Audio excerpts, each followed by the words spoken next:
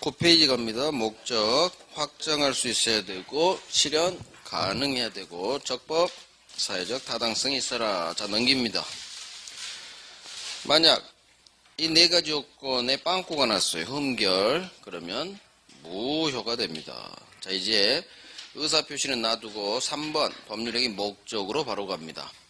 확정할 수 없다. 무효가 되겠고요. 자, 이제 가능. 법률행위 목적은 실현 가능해야 되는데 실현 불가능하다. 이걸 불능이라고 해요. 자, 이제 봅니다. 여기서 불능이라는 굉장히 중요한 용어가 나와요. 갑이 자기 소유 건물을 을에게 팔죠. 매매 계약을 통해서 팝니다. 언제 파느냐? 5월 1일 날 5억 받고 팝니다. 재산권 이전할 것을 약정하고 얘는 대금 지급할 것을 서로 약정함으로써 매매계약은 성립하고 효력이 생겨요. 문제는 5월 1일 날 이 건물을 팔았는데 알고 보니까 이 건물이 한 달 전에 4월 1일 날 화재로 날아가 버렸어요. 불타 없어져 버렸습니다. 그러면 갑은 이 매매계약의 효력으로서 채권 채무, 소유권을 이전할 채무를 부담하는데 목적물이 멸실하면 소유권은 소멸해요. 나중에 물권 소멸사유에서 배우는데 소유권이 날아가 버렸죠? 건물이 없는데 소유권 못 넘겨줍니다. 소유권 이전 채무 이행은 불가능해졌어요. 이걸 불능이라고 해요. 소유권 이전 채무, 소유권을 넘겨주는 것이 불능에 빠졌다. 불능이 뭐냐? 하고 싶어도 할 수가 없어요.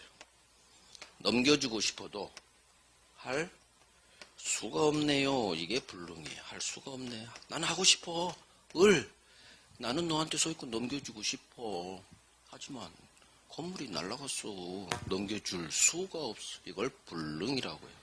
문제는 계약 체결 전에 불타 없어졌죠. 시점이 계약 체결 전이에요. 앞으로 세트. 그러면 이 소유권 이전 채무가 가능한지 불가능한지 판단 기준 시기가 나와요. 세트. 첫 번째 세트 나왔어요. 세트는 법리예요. 세트가 적용된다. 세트로 밀어버리면 돼요. 총칙부터 특별법까지 제가 세트란 말을 쓰면 쭉 통일되는 내용이란 얘기예요. 어디에 해당하는지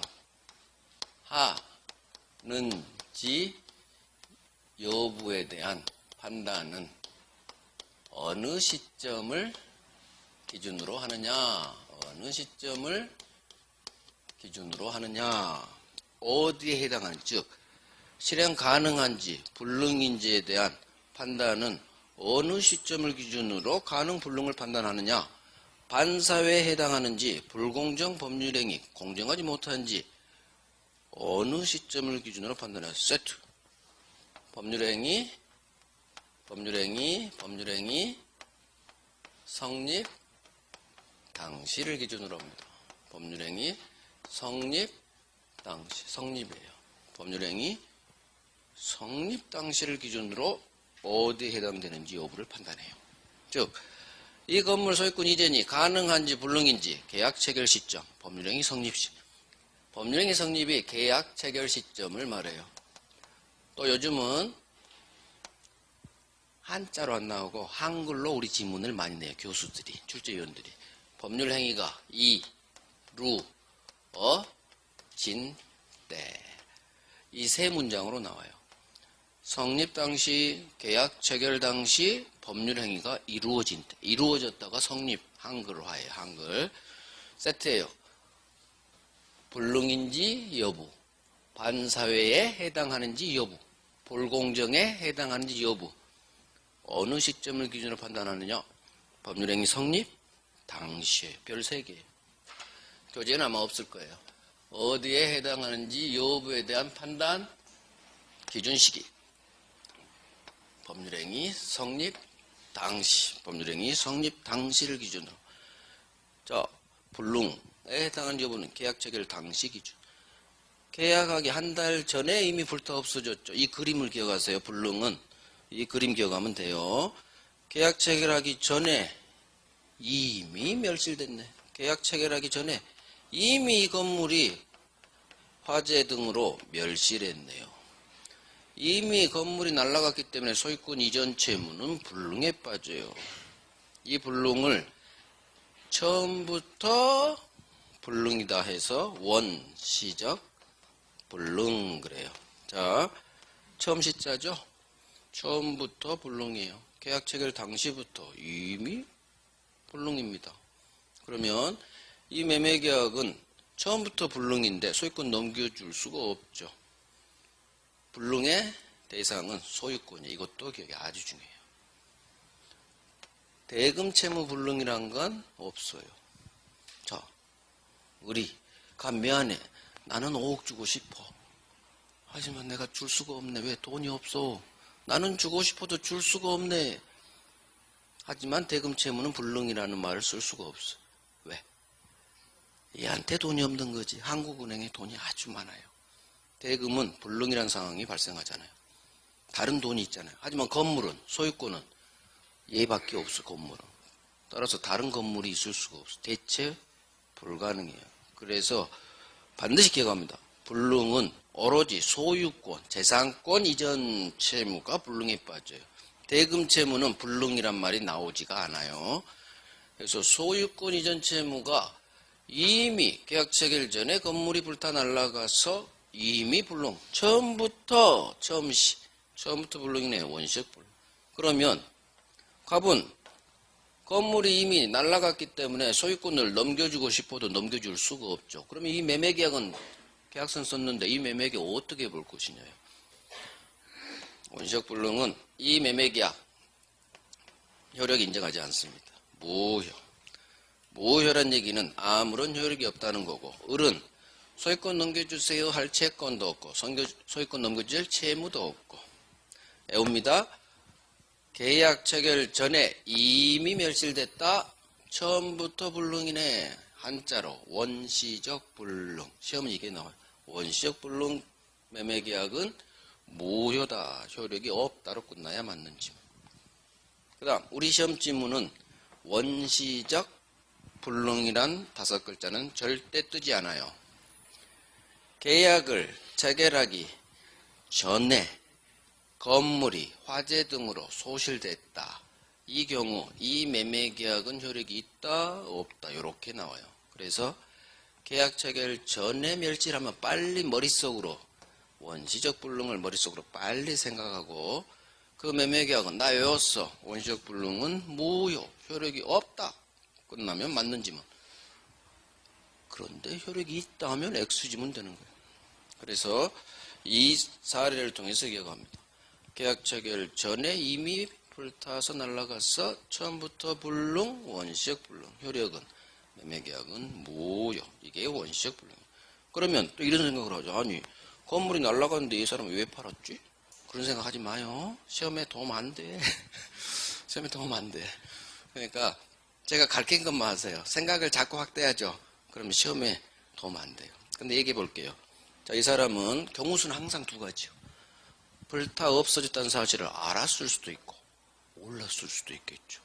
자, 불타 없어진 사실을 얘가 알았는데 팔았다. 그러면 나쁜 놈이지.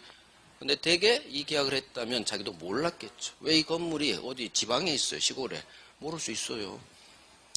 한 달이라고 제가 했지만 만약 하루 전에 불타면 정말 모를 거예요. 아마 하루 전. 자기가 관리 안 하고 시골에 있으면 모를 수 있어요. 그럴 때 발생해요. 이런 거. 그러니까 그런 생각에 확장을 하지 마시자. 이 시험 공부는 주어진 대로 받아들이는 게 최고예요. 그냥 막 확장하면 시험에 도움이 안 돼요. 시험에. 아셨죠? 그래서 계약 체결 전에 이미 불타 없어졌어. 처음부터 불능, 원시적 불능. 원시적 불능은 무효. 이렇게 이해하고 외워버려야 돼요. 자, 하나 더. 이번에는 5월 1일 날 계약 체결했는데 이 건물이 계약 체결한 후 불타서 날아가 버렸어요. 그러면 건물이 날아갔기 때문에 소유권은 소멸하고 마찬가지 소유권 이전 채무는 불능에 빠져요. 하지만 이건 계약 체결할 때는 건물이 멀쩡했죠. 그러다가 계약 체결한 후 건물이 날아가서 불능에 빠졌죠. 이걸 후발적 불능이라고 해요. 아우 쉬워. 후 멸실하면 머릿속으로 빨리 이것도 시험 지문에 뜨지 않아요. 계약 체결 후 멸실 이렇게 문장이 구성돼 우리 시험 지문. 그럼 빨리 머릿속으로 후발적 불능을 생각하시고 이 매매계약 계약 체결한 후 건물이 멸실했을 때 이 매매계약의 효력은 어떻게 되느냐? 자, 원시적 불능 반대말이 후발적 불능이죠. 효과도 반대예요. 후발적 불능은 유효로 봅니다. 무효로 안 봐요. 항상 우린 반대예요. 반대. 그래서 원시적 불능은 무효. 전, 후가 반대죠? 그러면 얘도 반대로 가야지. 같이 무효로 하면 반대 하다가 이 꼴 가버리면 법은 논리예요. 논리. 그래서 반대로 얘도 반대로 가야 돼. 무효 반대말은 유효. 이 매매계약은 유효로 봐요. 그래서 후발적 불능 유효 외웁니다. 원시적 불능은 무효. 후발적 불능은 유효. 기출 3번, 4번. 이런 게 나와요. 단 후발적 불능, 원시적 불능 이런 단어는 뜨지 않아요. 풀어서 나와. 계약 체결 전에 불타 없어졌는지 계약 체결한 후 불타 없어졌는지. 그러면 빨리 머릿속으로 이 원시적 불능, 후발적 불능하고 결론 유효, 효력이 있다로 끝나면 맞는 지문. 근데 무효다, 효력이 없다. 그러면 X지문 되는 거예요. 이렇게 딱 중심 잡고 민법은 중심을 콱 잡고 소수로 싸움. 있다 없다, 유효다 무효다. 그렇게 하나하나 정복해 가면 나중에 우리가 다 해결이 됩니다. 자, 이제 교재 확인할게요. 가능. 법률행위 계약 목적은 실현 가능, 즉 소유권 넘겨줄 수가 있어야 돼요. 근데 소유권 넘겨주는 게 불가능합니다. 이걸 법에서는 자 불능 동그라미 빵 하시 안 해도 돼. 굳이 이제 목차에 나오니까 불능이라고요. 이 불능은 종류가 2개가 있어요. 원시적 불능, 후발적 불능. 자, 원시적 불능이란 법률행위 당시, 즉 계약 체결 당시부터 이미 불능이에요. 예를 통해서 이거 합니다. 이게 시험 문제예요. 매매 계약 체결 전에, 자, 전에 동그라미 빵 하세요. 계약 체결 전에 이미 건물이 화재로 날아갔네요. 전. 그럼 빨리 우리 시험쯤 이렇게 연결돼요. 이 경우 이 매매 계약은 유효다, 무효다로 나와요.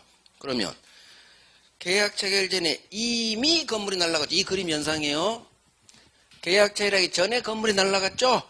빨리 원시적 불능 생각하시고 효과는 무효예요. 이 매매 계약은 무효로 끝나야 맞는 지문. 자, 무효. 원시적 불능은 무효. 거기. 얘하고 두 번째 거기가 별 3개예요. 그래서 얘를 통해서 시험 지문이 이렇게 연결돼. 이렇게 나와요. 계약 체결 전에 이미 화재로 건물이 소실된 경우 이 매매 계약은 효력이 없다. 그러면 맞는 지문. 우리 시험 지문은 무효다, 유효다로 잘 안 나와요. 효력이 있다, 한글로 나와요. 한글. 있다, 없다로. 그러니까 자유스럽게 구사해야 돼요. 효력이 없다면 빨리 무효 바꿔쳐서 무효란 말이군. 그게 자유자재로 돼야 돼. 그런 걸 훈련하셔야 돼요. 자, 후발적 불능. 계약 체결을 다룰 땐 건물이 멀쩡했죠. 계약 체결 당시에는 가능했어. 소유권 이전이. 그런데 계약 체결한 후 건물이 날아갔네. 자, 예를 통해서 기억합니다. 앞으로는 얘만 보시고 앞에는 볼 필요 없어. 한 번만 보고. 계약 체결한 후에 동그라미 빵. 이게 키워드예요. 중심 단어. 계약 체결한 후 건물 멸실. 그럼 효과.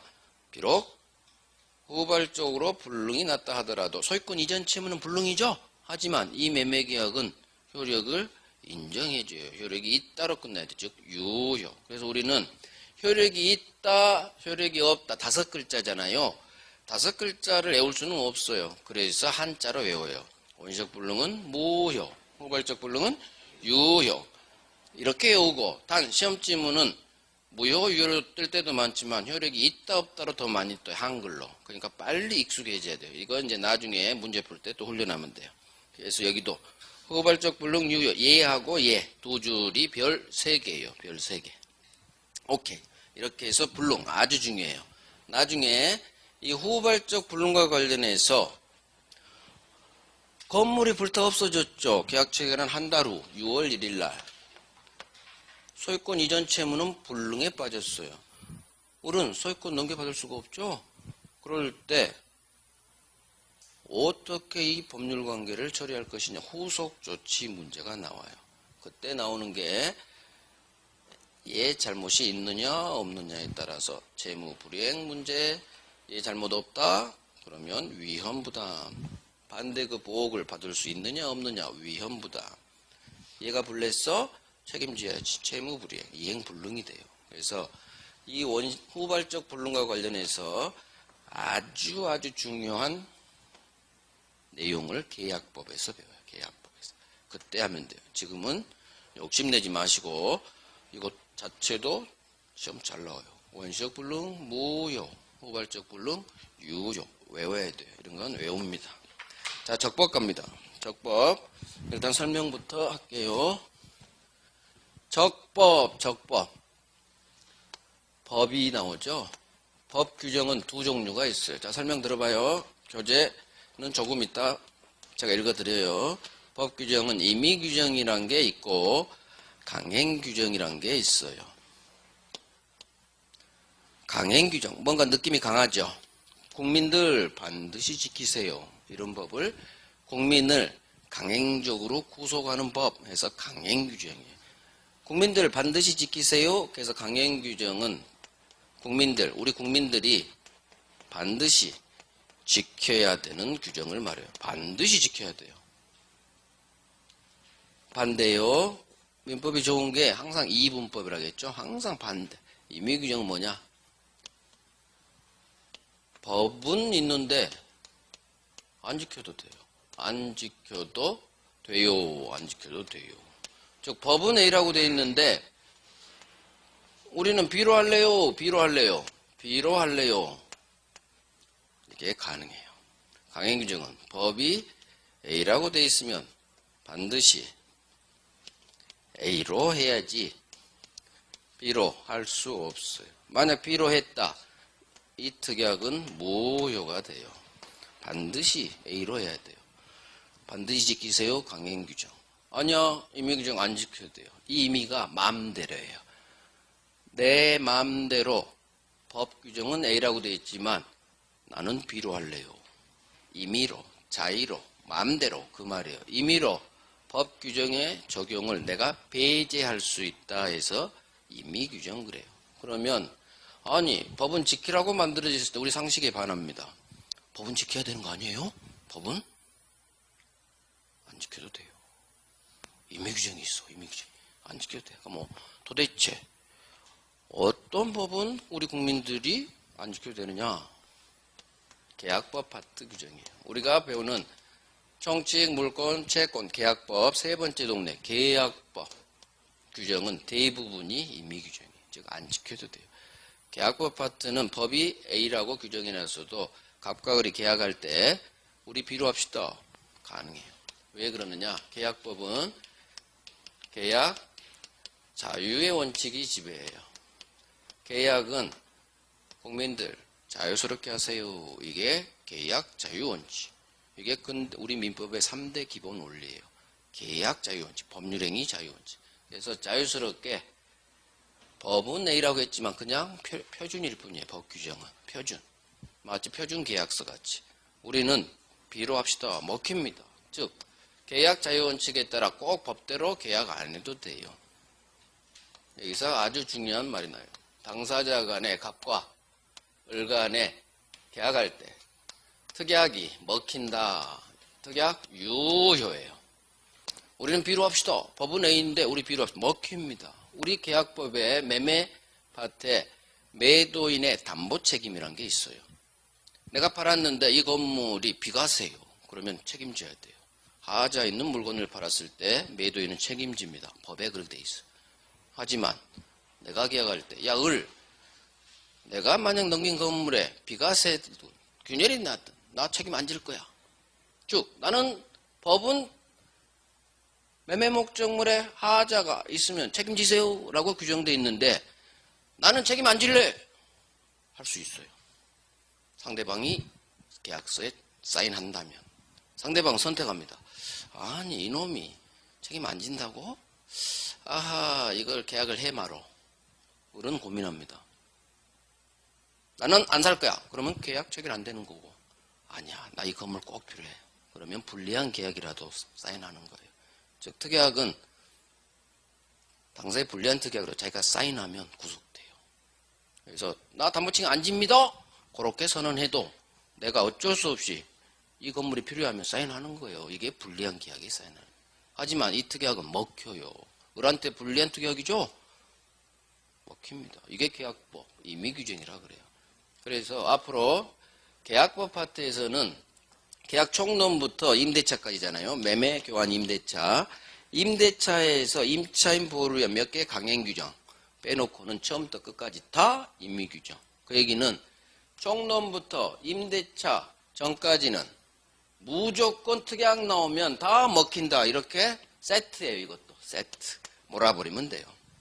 그래서 동시행항변권, 위헌부당, 법 규정과 다르게 특약 다 가능해요. 다 가능해요. 그래서 당사자가 불리함을 감수하고 사인했기 때문에 그래요. 계약 자유원칙에 따라 그건 당사자, 당신이 불리해도 그 물건이 꼭 필요하니까 특약한 거 아니냐 먹힙니다. 그래서 총론부터 임대차 몇 가지 6개 강행규정 위에는 다 특약이란 말이 나오면 다 유효하다, 가능하다, 특약으로 배제할 수 있다면 다 맞는 지문이 돼요. 그래서 중심을 꽉 잡아야 돼. 우리 시험 지문은 반드시 함정을 넣어요. 이러이러한 경우 얘한테 불리하니까 이 특약은 무효다 하면 홀라당 넘어가 버려. 아 불리하니까 무효다 맞는 지문. 아니요. 동네를 잘 잡아요. 동네가 계약법이면 아무리 이놈한테 불리해도 무조건 유효입니다. 유효. 그래서 민법을 앞으로 민법을 잘 보려면 절대 이런 함정에 빠지면 안 돼요. 함정에 빠지게끔 지문을 구성해요. 출제위원들이. 그래서 중심을 잡으라는 얘기예요. 중심을 잡아서 이놈이 아무리 불쌍해도 불리한 특약이니까 무효다. 여기에 불쌍한 마음을 가지면 안 돼요. 중심을 잡아야 돼요. 아니요. 불리해도 계약법 규정은 임의규정이기 때문에 법은 A라고 되어 있지만 얘가 B로 하기로 특약을 사인했다면 먹히는 거야. 중심을 딱 잡아야 돼요. 특약은 유효 먹힌다. 자, 강행규정 반드시 지켜야 돼요.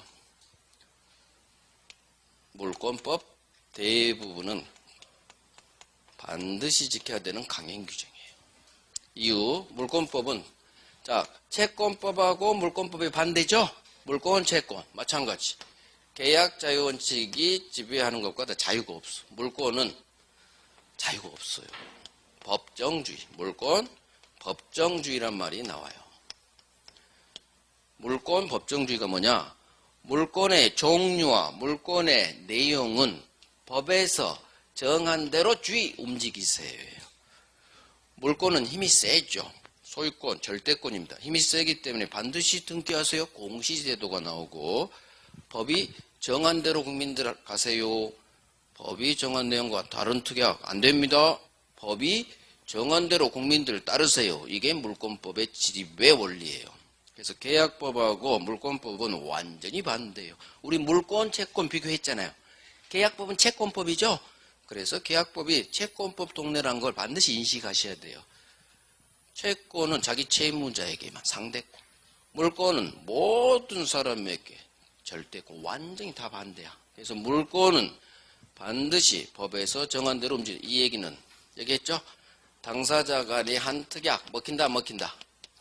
법은 A라고 되어 있는데 우리 B로 합시다. 특약 안 먹혀요. 이 특약 무효예요. 무효. 그래서 완전히 다 반대예요.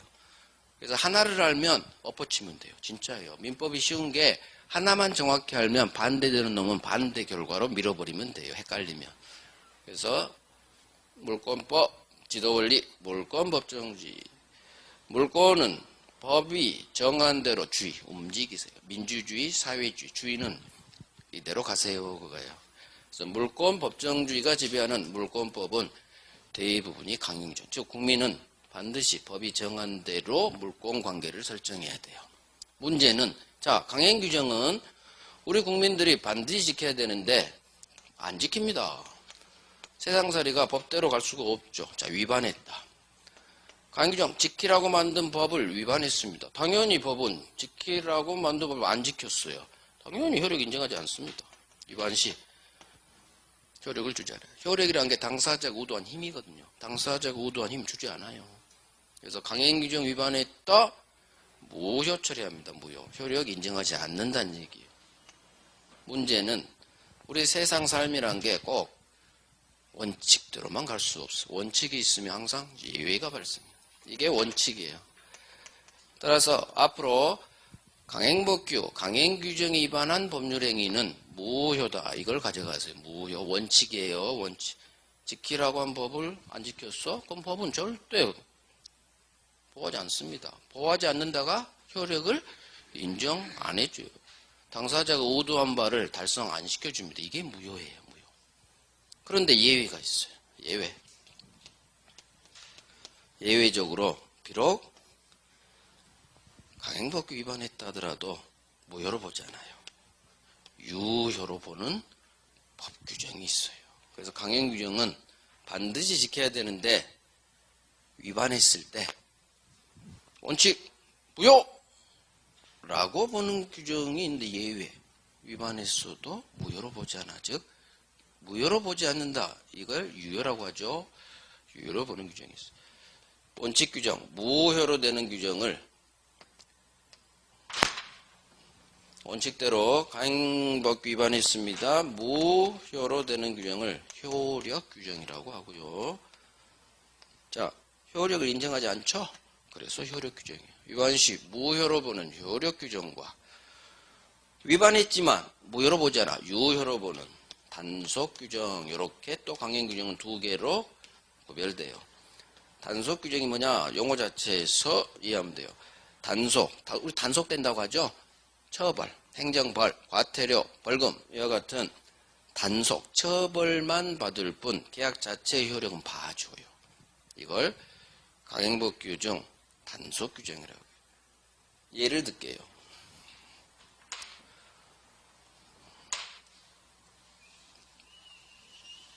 자, 우리 떡볶이 좋아하세요? 떡볶이?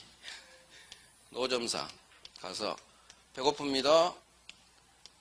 오뎅 먹고 떡볶이, 순대 먹고 싶어요. 5,000원어치 사 먹었어. 갑이. 이 5,000원짜리 오뎅 매매 계약입니다. 우리는 수많은 오뎅, 떡볶이, 순대를 포장마차 가서 먹어요.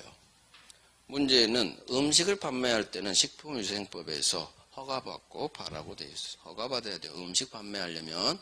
그런데 노점상은 허가받았어요?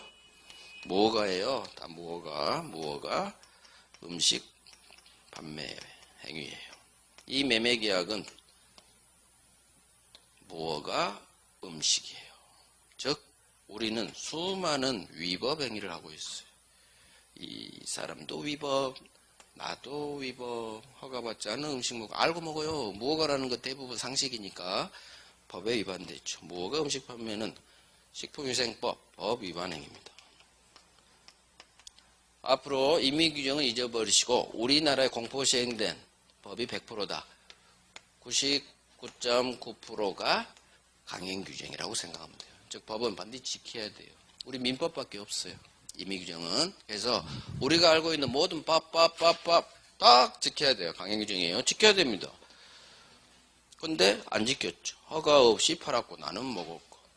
그러면 원칙대로 이 오뎅 5,000원짜리 매매계약 강행법 위반 효력규정 무효입니다. 이 매매 무효 처리하면 어떤 현상이 벌어지느냐? 무효가 되면 이행하기 전에는 이행할 필요가 없고요. 이미 이행한 후에는 법률상 원인이 없어져 버려서 부당한 이득이 돼서 부당이득 반환을 서로 돌려줘야 돼요. 그러면 오뎅을 먹었어요. 떡볶이를 먹었어요. 순대를 먹었어요.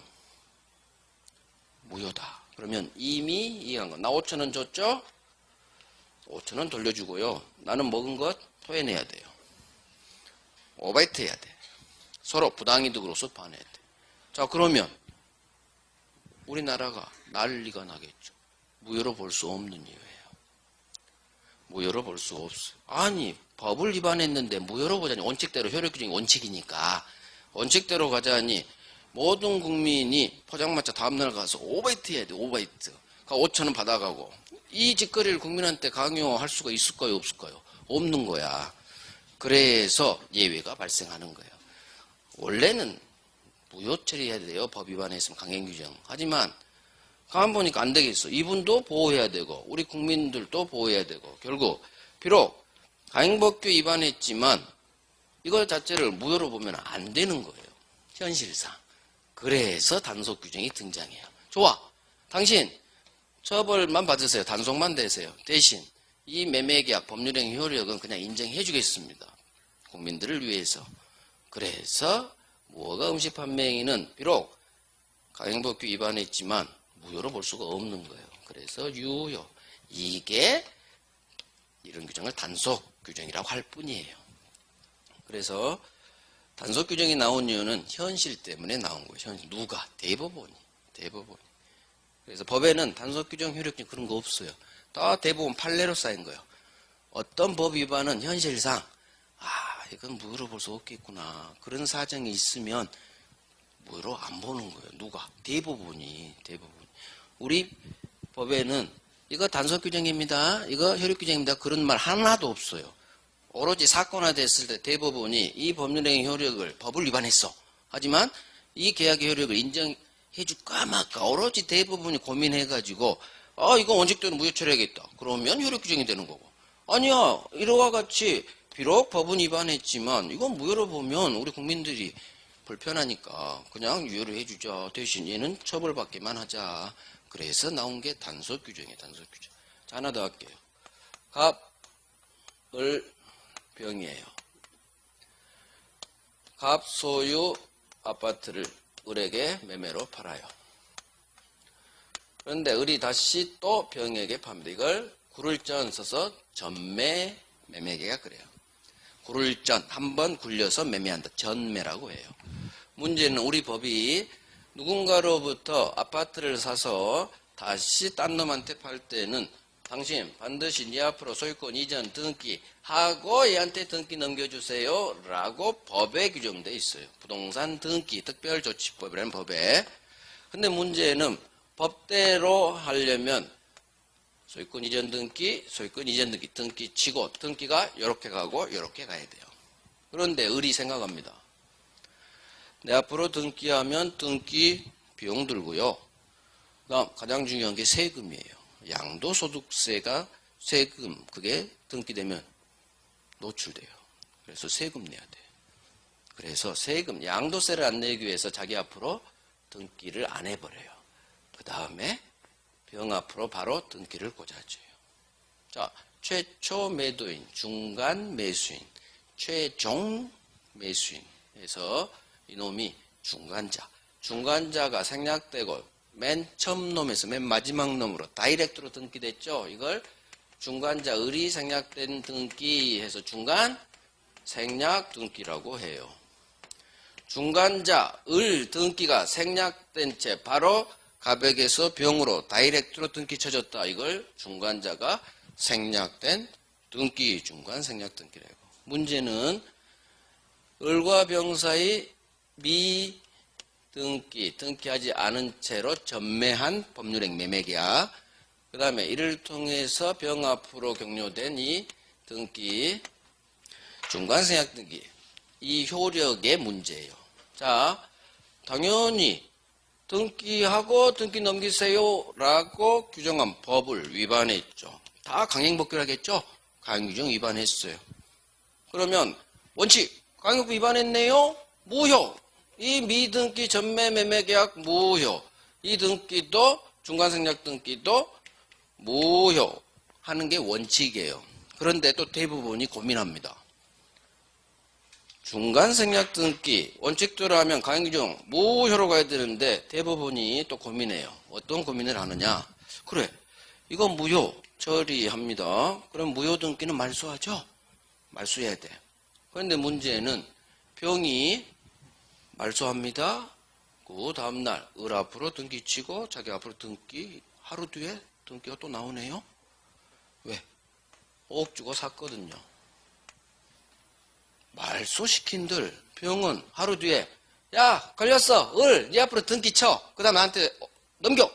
정상적인 법대로 결국은 하루 뒤 한 달 후 등기가 와요. 그러면 병 입장에서는 고생은 할지라도 결국 자기 앞으로 등기가 오게 돼요. 왜? 돈 주고 샀으니까. 이걸 뭐라고 하느냐? 실체가 있다 그래요. 매매, 계약과 같은 실체가 있어요. 이걸 등기 파트에서 물권법 총론에서 나오는 대법원의 어마어마한 법리예요. 실체 관계에 부합하다면 법 위반과 같은 문제 있는 등기라도 굳이 무효로 보지 않아요. 실체관계 부합 법리라고요.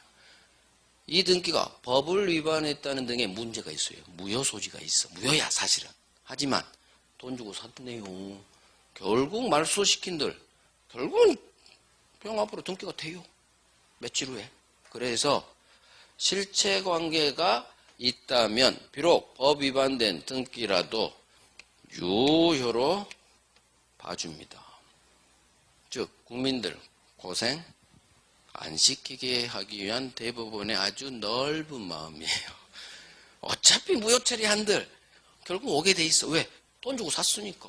이게 실체관계 부합법이에요. 등기에서 어마어마하게 중요해요. 중간생략 등기 한 문제째로 나오는데 올해 나왔어요. 올해. 문제 있는 등기라도 실체가 있다면, 즉 돈 주고 샀다면, 아 선생님 돈 주고 샀죠? 결국 뭐 여러분들 당신 앞으로 등기 곧 되겠네요? 네 하면은 그래요? 그럼 봐줄게요. 그냥 유효로 봐줍니다. 그러면 이 등기를 결국 실체관계 부합법리에 따라 유효로 봤죠. 그러면 이 등기 치지 않고 한 미등기 전매행위, 이 매매 이걸 무효로 보면 돼요? 안 돼요? 무효로 보면 안 되는 거예요. 왜? 매매가 무효인데 어떻게 등기가 유효야? 그죠? 그래서 이것도 맞춰야 돼. 법은 같이 맞춰야 돼요. 그래서 이 등기 치지 않고 한 판, 이 매매계약 법률행위도 얘 때문에 유효로 가야 돼요. 그러면 해당 법을 효력 규정으로 보면 안 된다는 얘기지. 단속 규정으로 보는 거예요. 그래서 법은 위반했지만, 알겠죠? 법은 위반했지만 이 법률행위는 유효로 보겠다. 결국 이게 서로 연결돼요. 원칙은 이 법 규정, 등기하고 넘기세요. 이 법 규정은 단속 규정입니다. 이렇게 해서 얘가 유효니까 등기도 유효. 이렇게 간 게 아니에요. 까꿀로야, 까꿀로. 등기부터 판단했어요. 대법원은. 돈 주고 사셨네요? 그러면 이 등기 실체가 있으니까 비록 법은 위반했지만 유효로 보겠습니다. 자, 이걸 먼저 결정했어요.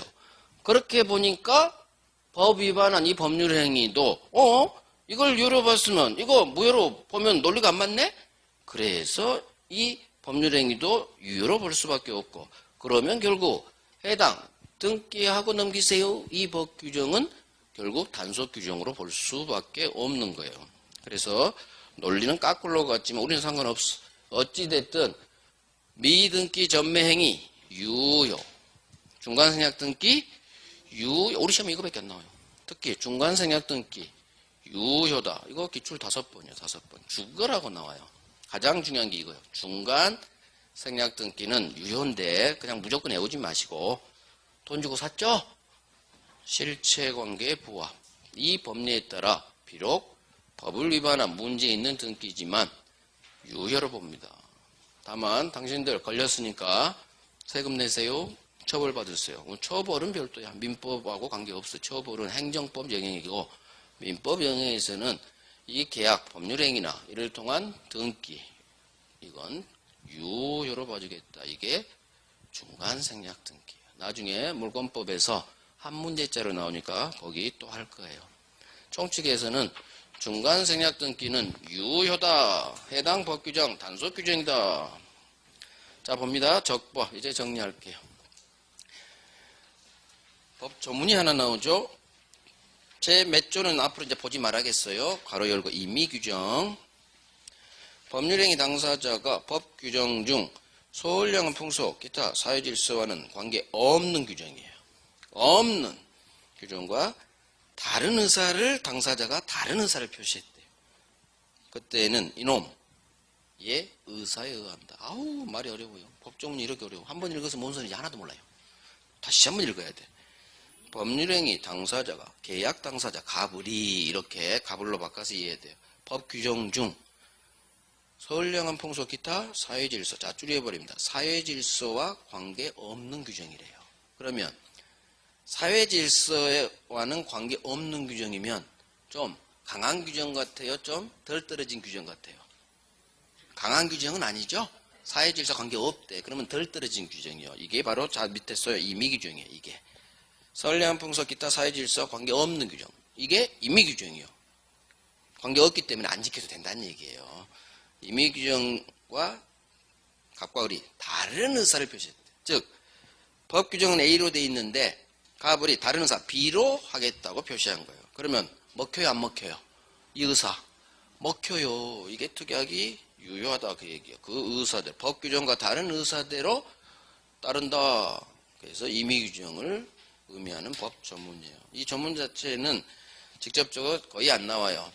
계약법에서 계약법 파트에서는 당사자의 특약이 먹힌다 그쪽으로 시험 나와요.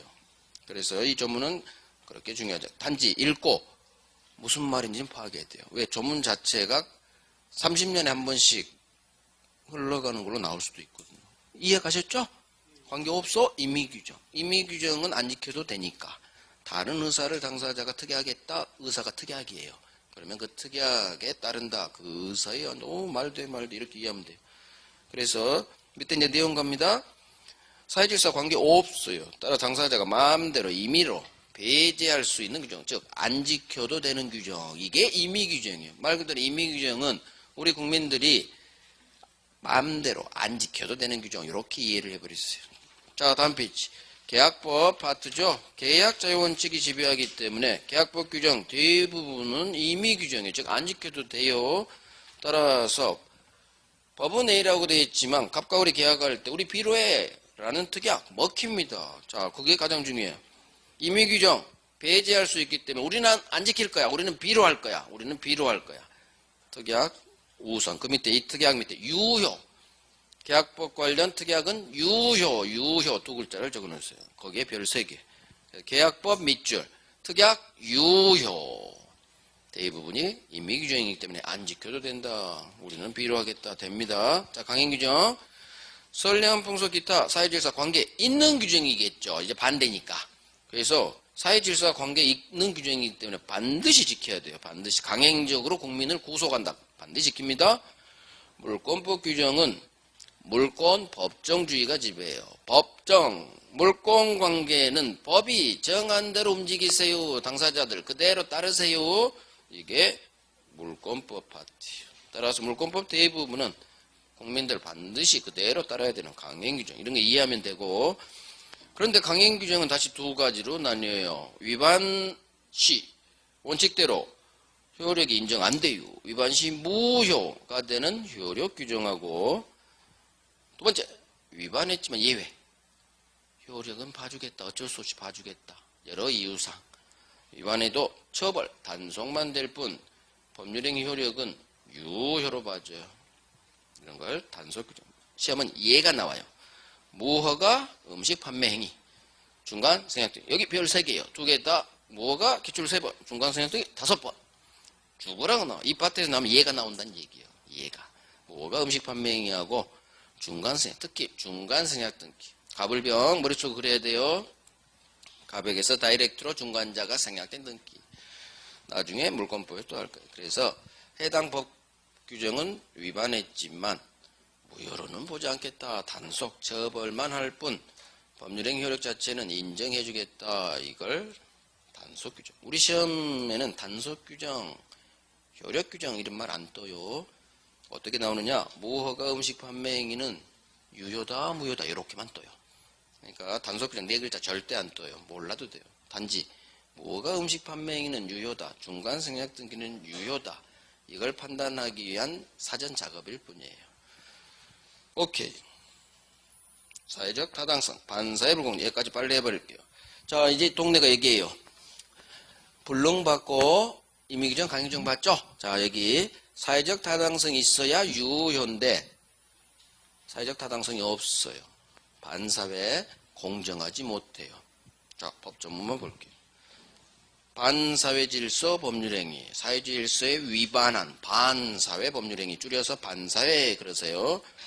선량한 풍속, 기타 사회 질서에 위반한 사항을 내용으로 하는 계약은, 법률행위는 같은 말이에요.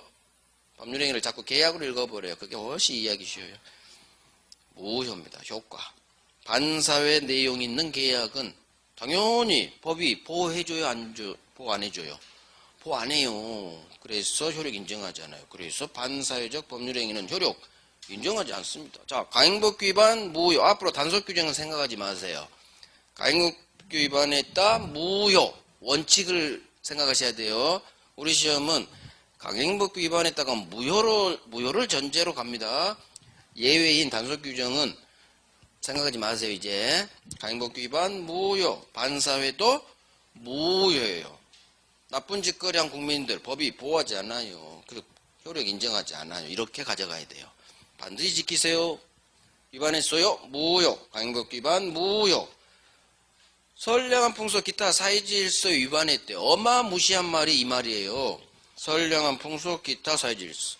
이 말이 왜 나오느냐? 이 조문이 왜 필요하냐면 모든 우리 사회생활의 사항을 법으로 정할 수 있어요? 없어요? 법으로 다 정할 수는 없어요. 빈틈이 생긴 거예요. 법 위반하면 무효 이렇게 처리가 되는데 모든 사항을 법으로 만들 수가 없어. 근데 가만 보니까 이 계약이 나쁜 계약이야. 근데 법은 없어. 근데 효력을 인정하면 안 되겠어. 그럴 때 필요한 조문이 필요해서 이 103조가 나온 거예요. 103조 반사에는 모든 사항을 법으로 규율할 수가 없어요. 근데 어떤 계약을 보니까 도저히 효력 인정해지면 안 되겠어. 근데 법은 없어. 그럴 때 무효 처리할 수 있는 근거, 법조문이 필요해요. 그래서 나온 법조문이 103조 반사회 법조문이에요. 그러면 법의 규정이 없다 하더라도 대법원이 봐서 이 계약은 좀 문제가 있는데 하면 반사회로 몰아버려요. 무효. 대법원 마음이요. 즉 반사회에 해당되는지 아닌지는 누가 판단하느냐? 대법원. 대법원이 반사회를 보면 반사회. 대법원이 문제는 있지만 반사회로는 보지 않겠다. 이렇게 판결문이 나와요. 그럼 반사회 안 되는 거예요. 오로지 대법원이 전권을 가지고 있어요. 반사회에 해당하는지 아닌지. 그래서 우리가 나중에 반사회, 이제 다음 달에 자세히 보겠지만 한 문제짜리니까 자세히 볼 거예요. 반사회에 해당된다고 본 법률행위가 있고 문제는 있지만 이건 반사회로까지는 보지 않겠다라고 본 예들이 있어요. 그게 시험이 나와요. 올해도 나왔고 내년에도 나올 거고 해마다 나와요. 해마다 나오니까 열심히 해야 돼요. 지금은 반사회 무효. 이해 나왔죠? 첩계약, 불륜계약을 말해요. 스폰서계약. 하면 안 되죠. 나쁜 놈. 나쁜 놈이니까 반사회. 앞으로 저는 나쁜 놈 그래요. 이 나쁜 놈, 바람폈지? 이 나쁜 놈, 반사회. 불륜 스폰서 계약. 일부 일처주에 반해서 그래요. 바람피면 안 되죠. 바람폈네?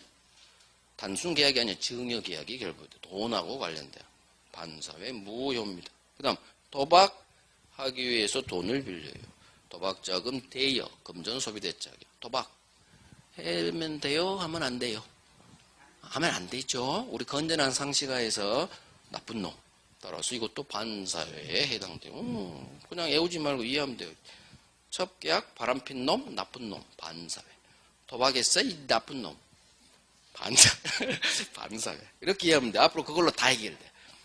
나쁜 놈인데 반사회로 대부분이 보지 않았어. 그것만 특이하게 이해하면 돼요.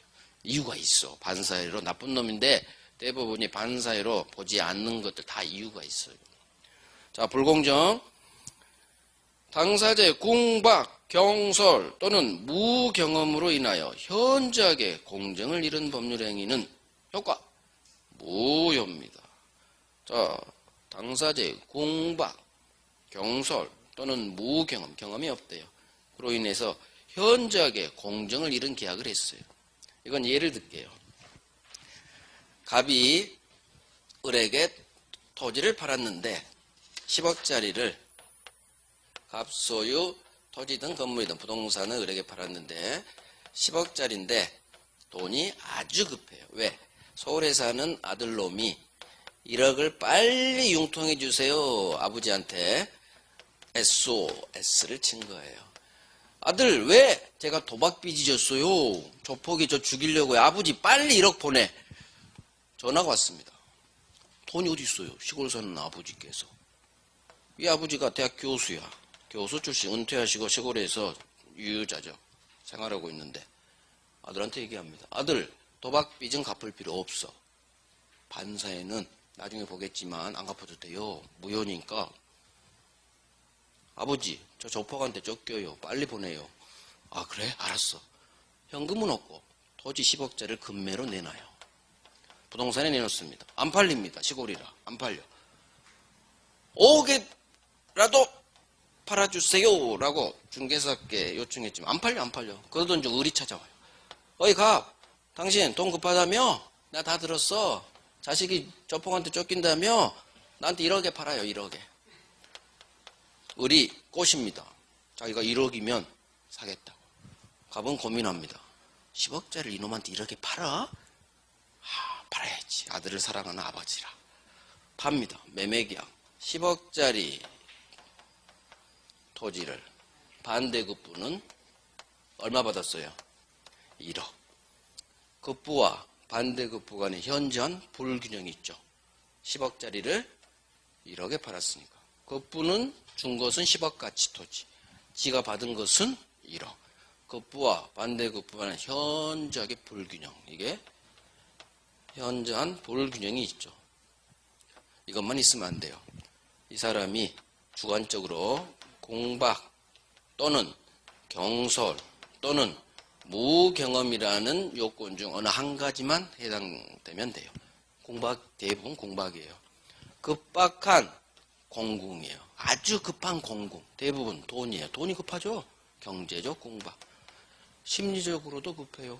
정신적, 심리적으로도 쫓기죠. 아들이 조폭에 쫓긴다니까. 그래서 보통은 다 연관돼요. 경제적, 정신심리적 다 해당돼요. 1억이 급하죠. 심리적, 정신도 쫓기죠. 그러면 이 셋 중 하나만 해당되면 되니까. 객관적 요건 10억짜리를 1억에 팔았어. 불균형이 있네요. 주관적으로도 공박, 경제적으로 급하죠. 갖췄으니까. 그런데 법이 정한 것은 이건데 우리 대부분이 한 가지를 더 요구해요. 여기는 없지만 이 얘기한 김에 해버릴게요. 자, 10억짜리를 1억에 팔았어요. 그죠? 그런데 이 사안은 을이 쫓아와서 야 1억에 팔아 이 상황이 있었죠. 그런데 만약 이 상황이 없었어. 갑이 10억짜리를 스스로 1억에 내놔버렸어. 그냥 급하겠어. 너무 급해. 안 팔려. 1억에 내놓으니까 을이 샀어요. 그러면 10억짜리를 1억에 얘는 샀고 얘는 공박했고 급해서 내놨고 완전 금매지. 금매물이에요. 그러면 을은 나쁜 놈이에요? 나쁜 놈 아니에요? 금매로 산 사람은. 이 사람은 아무런 잘못이 없는 거예요. 따라서 불공정 법률행위로 무효가 되려면 진정한 금매는 빼줘야 돼. 그래서 대법원이 법에 없는 요건 하나를 추가시켜요. 그래서 대법원이 참 잘하고 있는 게 그거예요. 가만 보니까 법에서 정한 요건으로 하면 금매도 불균형이 되어버려. 주관적 요건 공박했죠? 급하니까 돈 1억 급하니까 10억짜리를 1억에 내놨어요. 객관적, 주관적 요건, 법이 정한 요건 다 충족해요. 근데 금매는 불공정한 법률행위 아니죠. 진짜 급하면 1억에 내놓을 수도 있으니까. 그래서 요건 하나를 추가해요. 아까 얘기했던 폭리행위에 대한 악의. 이 사정을 알고 이용하려는 나쁜 의사가 을한테 있어야 돼요. 그래서 이 요건을 대법원이 하나 추가를 시켜요. 금매를 빼기 위한 요건이에요. 그래서 이와 같은 급한 사정을 알면서도 이놈이 개입했을 때 알면서도 이를 이용하려는 의사 이거 그대로 외워버려야 돼요.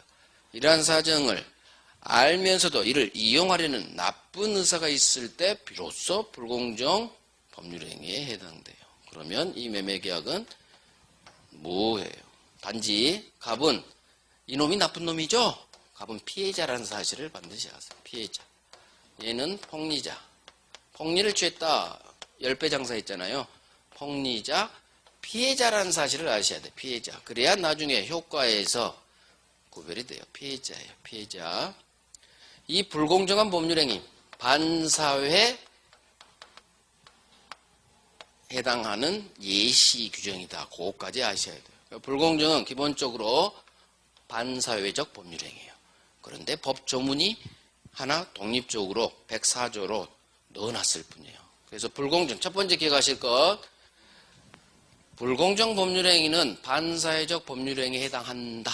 그거 하나 기억하시고, 단 반사회는 대부분 서로 둘 다 나쁜 놈인데 불공정 법률행위만큼은 갑은 나쁜 놈이 아니다. 피해자다. 왜? 금매로 내는 게 아니라 상대방이 꼬셨다. 내 급한 사정을 알고 꼬셨기 때문에 비록 반사회 법률행위는 다 나쁜 놈이에요. 갑과 을이. 근데 불공정만큼은 반사회적 법률행위인데 갑은 피해자예요. 피해자 개념을 반드시 인식하셔야 돼요. 그래야 효과에서 하나를 캐치가 가능해요. 그래서 이 사람은 피해자고 이놈만 나쁜 놈이다. 폭리자만 나쁜 놈이다. 이 개념을 갖고 계시면 돼요. 오케이. 이렇게 해서 법률행위 파트 다 했어요. 법률행위 파트. 그래서 밑에 불공정 무효다. 불공정은 맨 밑에 반사회적 법률행위에 해당한다. 반사에 해당한다. 그래서 불공정한 법률행위는 반사회 예예요. 법 조문으로까지 넣어버린 아주 강력한 첩계약보다 더 중요한 예예요. 반사의 예. 오케이. 10분간 쉬고 마지막 의사표시 간단히 보고 절대적 무효, 절대적 취소, 계약 해제 개념 그것만 하면 될 거예요.